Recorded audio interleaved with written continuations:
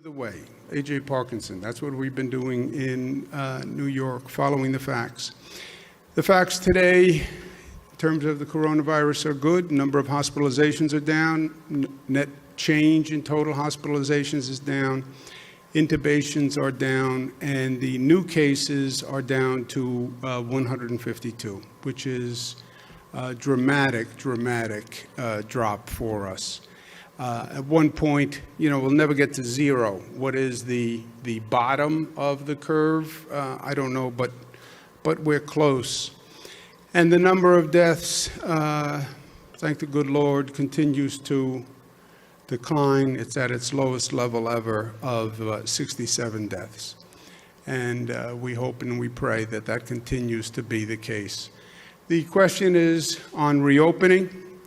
And as everyone knows, we've been looking at the numbers, looking at the metrics in terms of different regions across the state. The overall state was hit the hardest by this virus, and we're coming back as the smartest. We were forced to learn more and learn faster and respond quicker because we were hit by the invisible enemy, the European virus, the virus from Europe. When everyone said, watch China, well, they were wrong. The virus came to New York from Europe.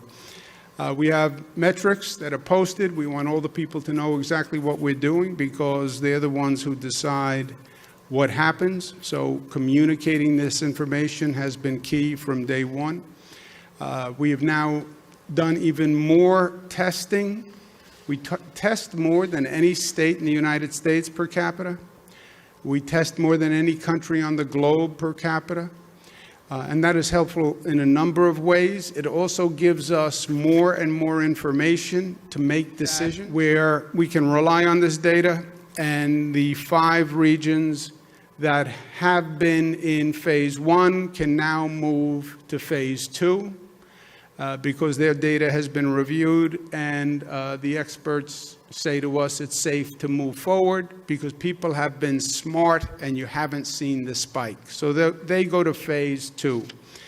Phase 2 is all office-based jobs, real estate services, retail reopening, barbershops, hair salons reopening. That's all part of phase 2. There's specific guidance on how to reopen in phase 2. It's not just open the doors and everybody has a party.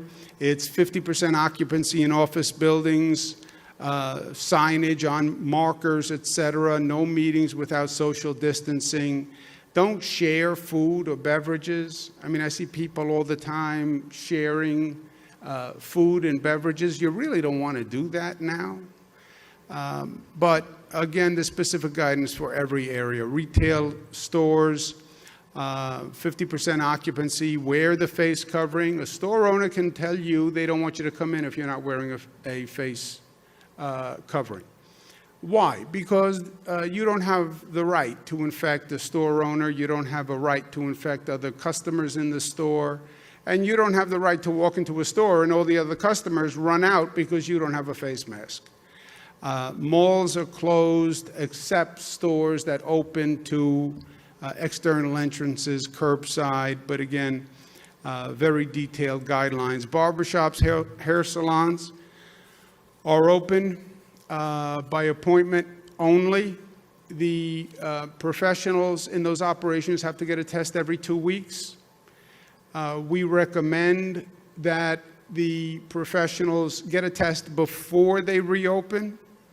That's not a mandate, that's a recommendation. And we recommend to customers to ask the barber or professional in the hair salon if they had a test before you use their services. That's a recommendation. But they have to get a test every 2 weeks. And if I were walking into a barber shop, I would say, I would ask the barber, did you get a test before you reopened? When was the last time you got a test? And if they got a test, they'll have a certification. They'll have an evidence of that test. And people will wear face coverings. But the basic rule is still it's all about how we act. It comes down to that. How the employer acts, how the store owner acts, how the employee acts, how the individual acts, how the local government acts.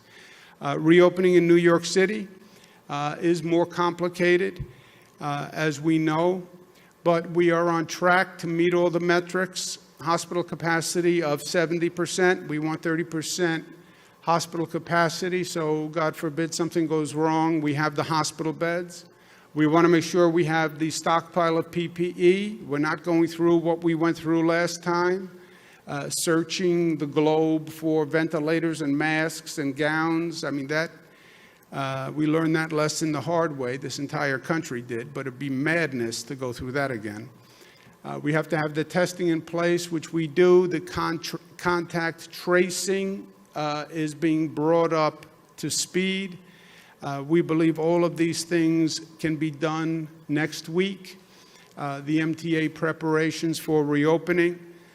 But we think all of this can be done by next week, and we would be on track to open the week afterwards.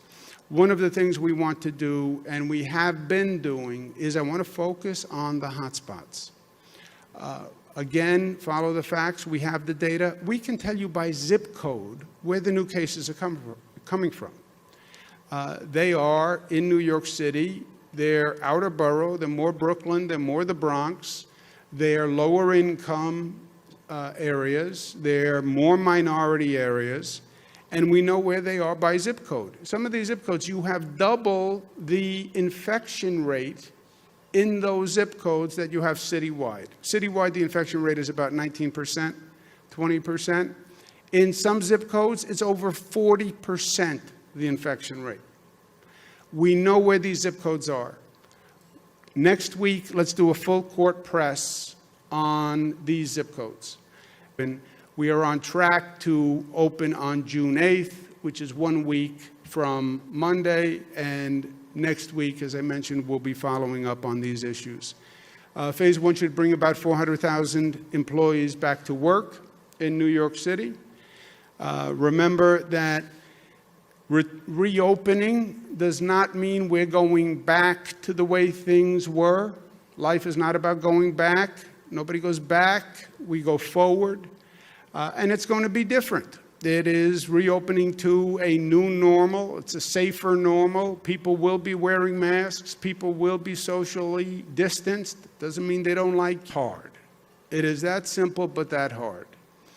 Those simple devices, wearing a mask, hand sanitizer, they make all the difference. They make all the difference. You talk to all the experts. What advice? What should we do? Wear a mask. How can it be that simple? Because sometimes it's that simple. The doing is what's hard, not the advice. Getting 19 million people to do it, that's what's hard. And what happens is up to us.